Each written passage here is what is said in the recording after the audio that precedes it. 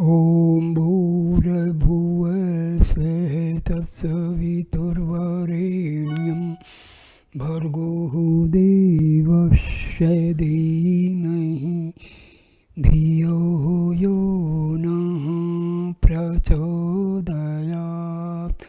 ॐ शान्ति शान्ति शान्तिः। Namaskar, my dear friends. I am going to make a video on meditation. What is meditation and how it is done? The answers to this important question were given by Bhagwan Sri Ramana Maharshi.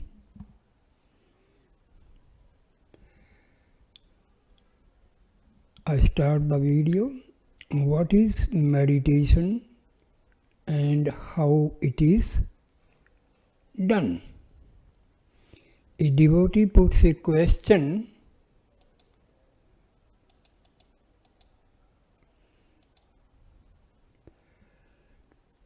What should one think of when meditating? Maharshi replies, what is meditation? It is expulsion of thoughts. Thoughts are to be removed. You are perturbed by thoughts which run one after another, just like a chain reaction. Hold on to one thought so that others are expelled. Continuous practice gives the necessary strength of mind to engage in meditation. So meditation means removal of thoughts except a particular thought. And many times Bhagwan Sri Ramana Maharshi had told during question answer sessions that expel all thoughts except the one, and that one thought should be concentration on the self. So that is the actual meaning of meditation. Concentrate on the self. Rest all other thoughts will be expelled by themselves. So Maharshi further replies, what is meditation? It consists in expulsion of thoughts. All the present troubles are due to thoughts and are themselves thoughts. Give up thoughts, that is happiness, and also meditation. See, thoughts are rising from the self, from the Atma. When these thoughts are going out, they are going away from Atma and they are now connected with negative energy. When the thoughts are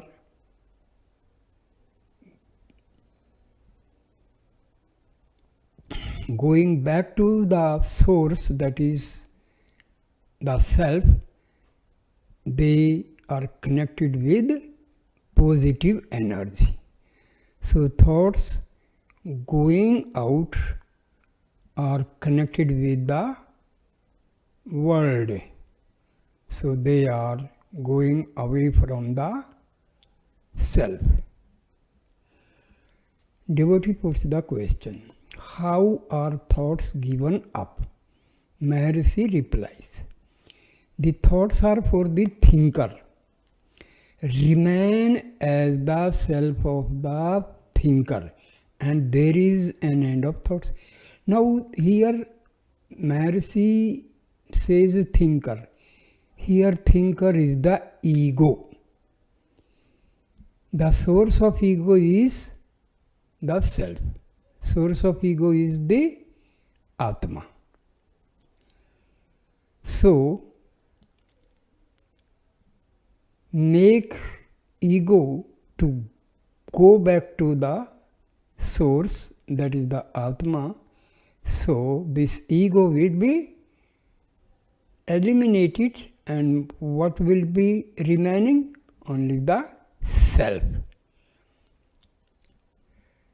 So Maharshi further replies, if you go the way of your thoughts, you will be carried away by them, and you will find yourself in an endless maze, because there is no end to the rising of thoughts from the Atma. So they will continue arising from the Atma.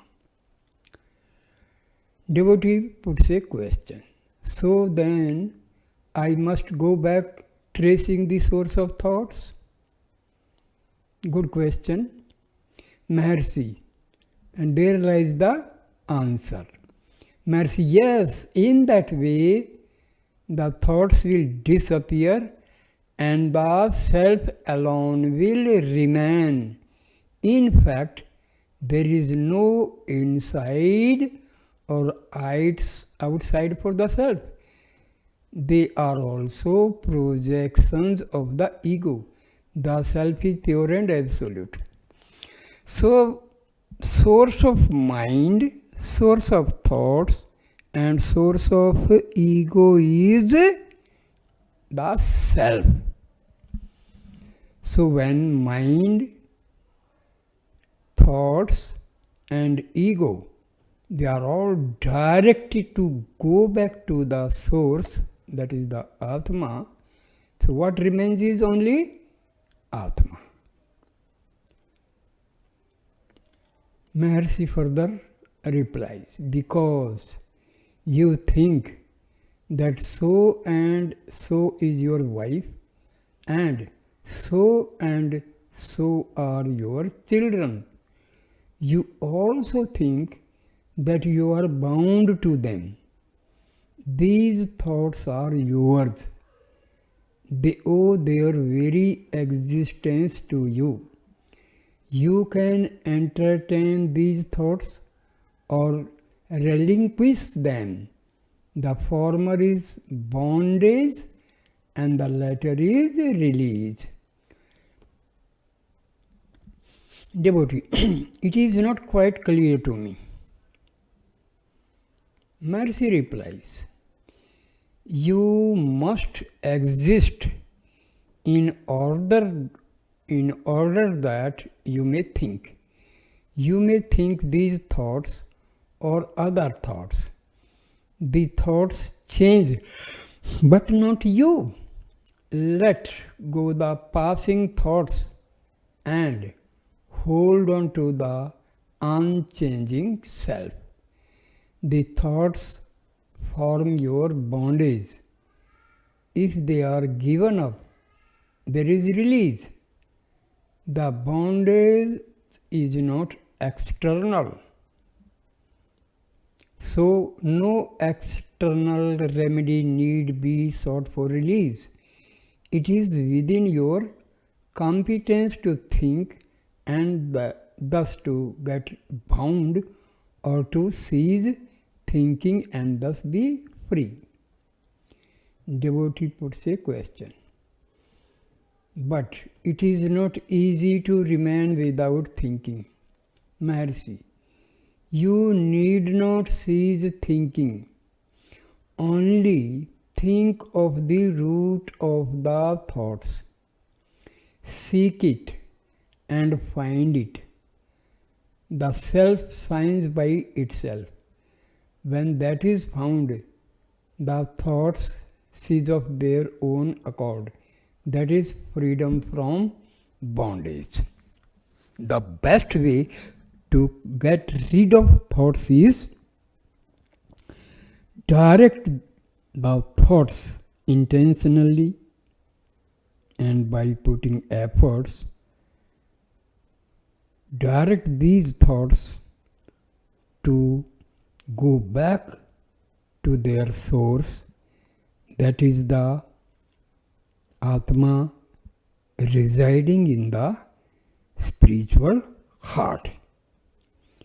When these thoughts start moving from external to internal path, they are connected with positive energy. They are going towards the Atma. So, these thoughts are near to Atma, and finally these thoughts merge with Atma.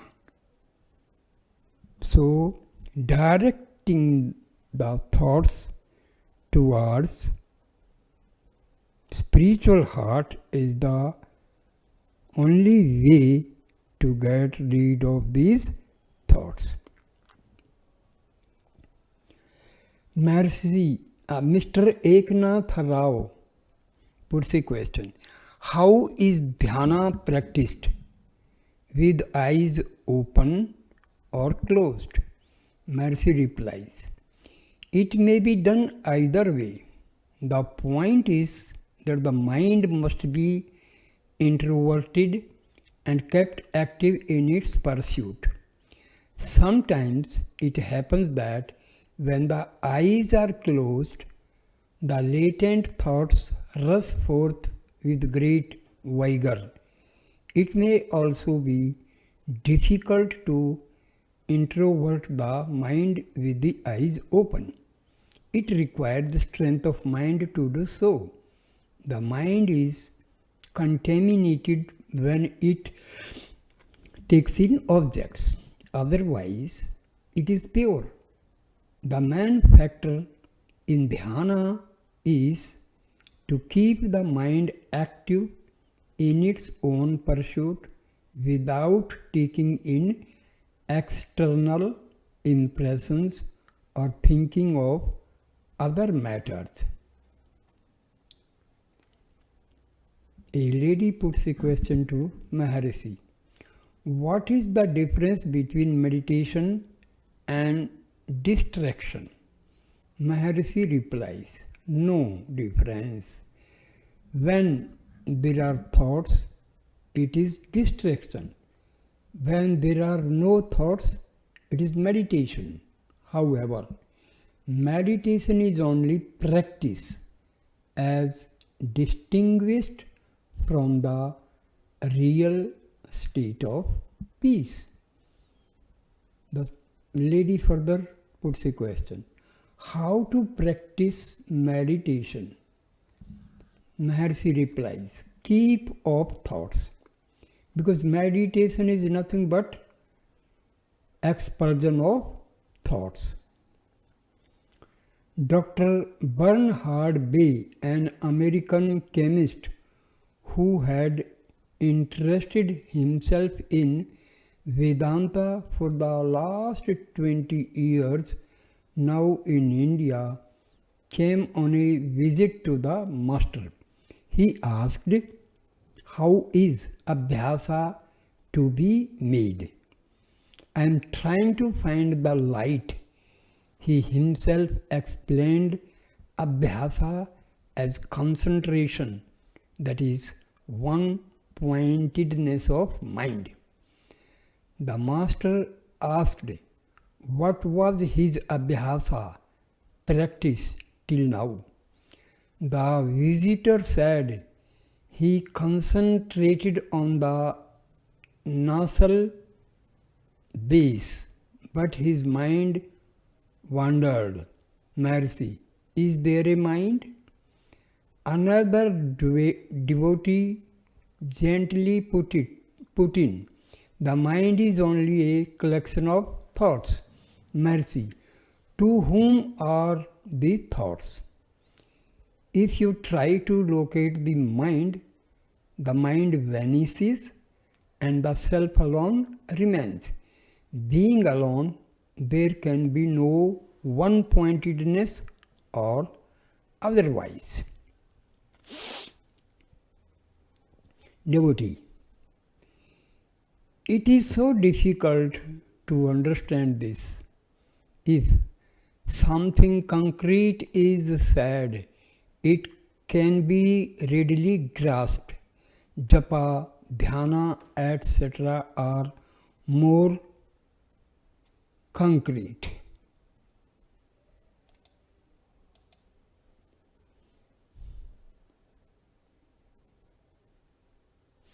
Maharshi, who am I is the best japa. What could be more concrete than the self? It is within each one's experience every moment. Why should he try to catch anything outside, leaving out the self? Let each one try to find out the non-self instead of searching for the unknown, something beyond. A Bengali visitor asked, how is the mind controlled?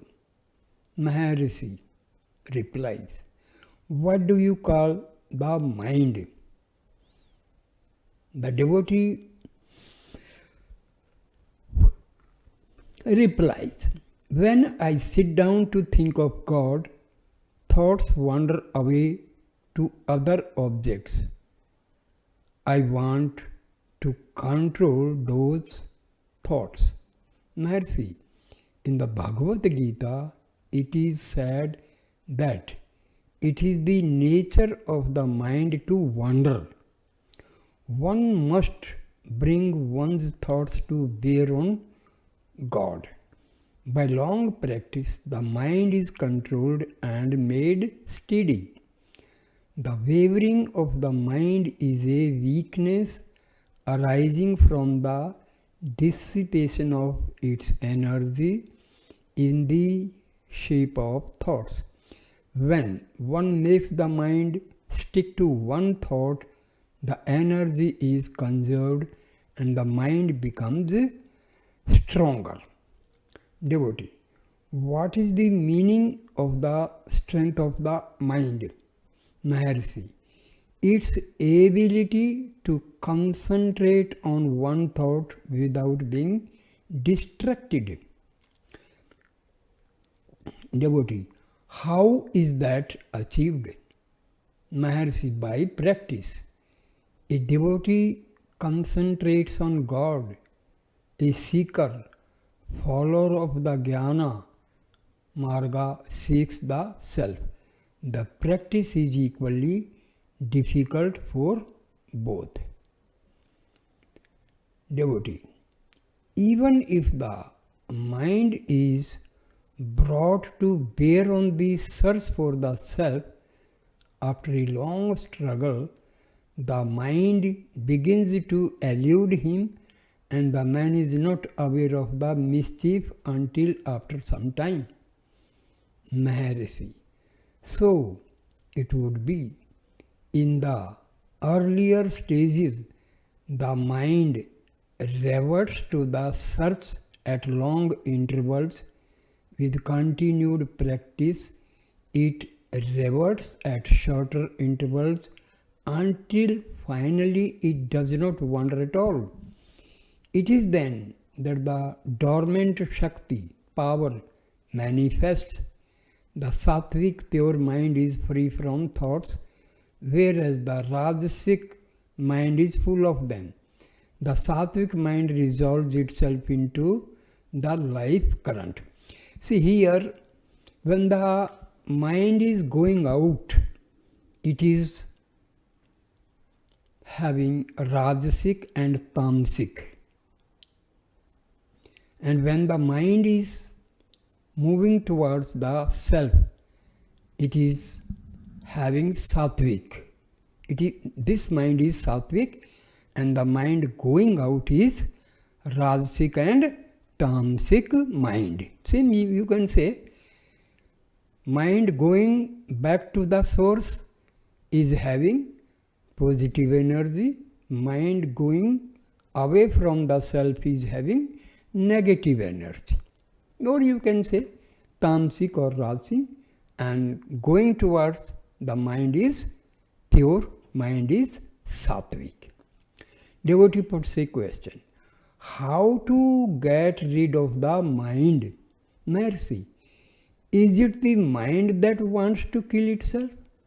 The mind cannot kill itself. So, your business is to find the real nature of the mind. Then you will know that there is no mind. When the self is sought, the mind is nowhere. Abiding in the self, one need not worry about the mind. Devotee, how to get rid of fear?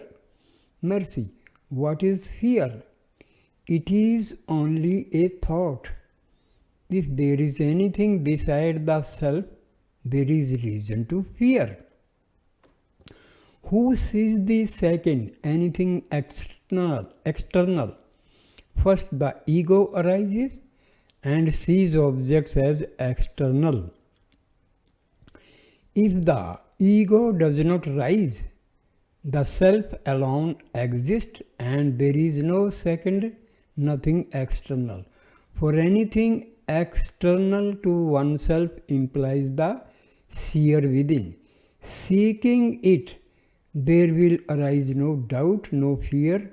Not only fear, all other thoughts centered around the ego will disappear along with it.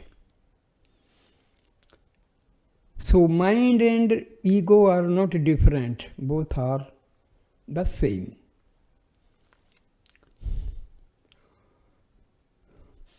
When the thought, primary thought, I thought that is called, identifies with the body, this is known as primary thought, I thought, false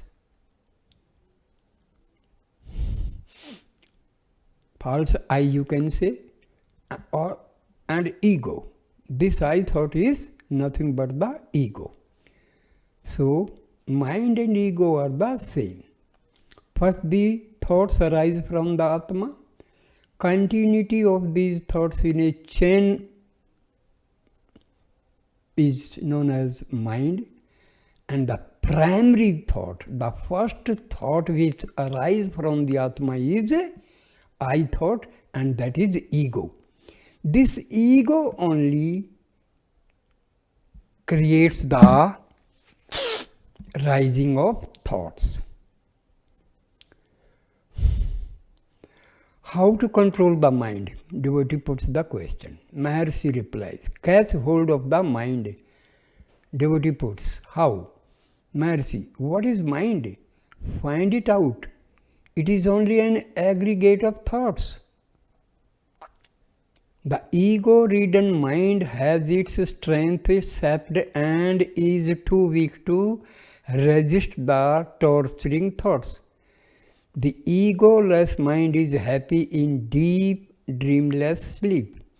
Clearly, therefore, bliss and misery are only modes of mind, but the weak mode is not easily interchangeable with the strong mode.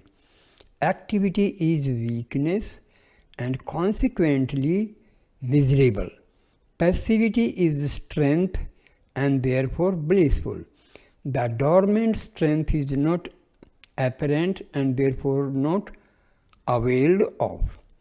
The cosmic mind, manifesting in some rare being, is able to affect the linkage in others of the individual weak mind with the universal strong mind of the inner recess. Such a rare being is called the Guru or God in manifestation. Devotee puts the question, how to destroy the mind? Maharshi, seek the mind. On being sought, it will disappear. Devotee, I do not understand. Maharshi, the mind is only a bundle of thoughts. The thoughts arise because there is the thinker, that is ego. The thinker is the ego. The ego, if sought, will vanish automatically. The ego and the mind are the same. The ego is the root thought, primary thought, first thought, from which all other thoughts arise. Devotee, how to seek the mind? Mercy, dive within. You are now aware that the mind rises up from within, that is from Atma. So sink within and seek. The self is the unassociated pure reality in whose light the body, the ego, etc. shine. On stilling all thoughts, the pure consciousness remains over. Just on waking from sleep and before becoming aware of the world, there is that pure I. Hold on to it without sleeping or without allowing thoughts to possess you. If that is held firm, it does not matter, even though the world is seen. The seer remains unaffected by the phenomena. Maharshi further replies, to say I am not this or I am that, there must be the I. This I is only the ego or the I thought. After the rising up of this I thought, all other thoughts arise. The I thought is therefore the root thought. If the root is pulled out, all others are at the same time uprooted. Therefore, seek the root I. Question yourself, who am I? Find out its source. Then all these will vanish and the pure self will remain. Who am I? Here I is the ego, M is the existence, and who is the query. So the who am I? It is the query for the ego. In this way, the ego is hurt, it feels insulted, and continuously if the query is put, who am I? This ego is weakened and finally it is completely destroyed. And there shines the pure self. Devotee, how to do it? Maharshi, the I is always there in deep sleep, in dream, and in wakefulness. The one in sleep is the same as that who now speaks. There is always the feeling of I. Otherwise, do you deny your existence? You do not. You say, I am. Find out who is. Maharshi further replies, I am Brahma is only a thought. Who says it? Brahma itself does not say so. What need is there for you to say it? Nor can the real I say so. For I always abides as Brahma. To be saying it is only a thought. Whose thought is it? All thoughts are from the unreal I, that is the ego. that is the I thought, remain without thinking. So long as there is thought, there will be fear. Forgetfulness and thoughts are for I thought only. Hold it, it will disappear as a phantom. What remains over is the real I, that is the self. I am Brahma is an aid to concentration. It keeps off other thoughts. That one thought alone persists. See whose is that thought. It will be found to be form I. Wherefrom is the I thought? Probe into it. The I thought will vanish. The Supreme Self will shine forth of itself. No further effort is needed. Maharshi further replies, the mind is only a bundle of thoughts. The thoughts have their root in the I thought. He quoted, whoever investigates the origin of the I thought, for him the ego perishes. This is the true investigation. The true I is then found shining by itself. Devotee puts a question. This I thought rises from me, but I do not know the self. Maharshi, all these are only mental concepts. You are now identifying yourself with a wrong I, which is the I thought, which is the ego. This I thought rises and sinks, whereas the true significance of I is beyond both. There cannot be a break in your being. You who slept are also now awake. There was not unhappiness in your deep sleep, whereas it exists now. What is it that has happened now so that this difference is experienced? There was no I thought in your sleep, whereas it is present now. The true I is not apparent, and the false I is parading itself. This false I is the obstacle to your right knowledge.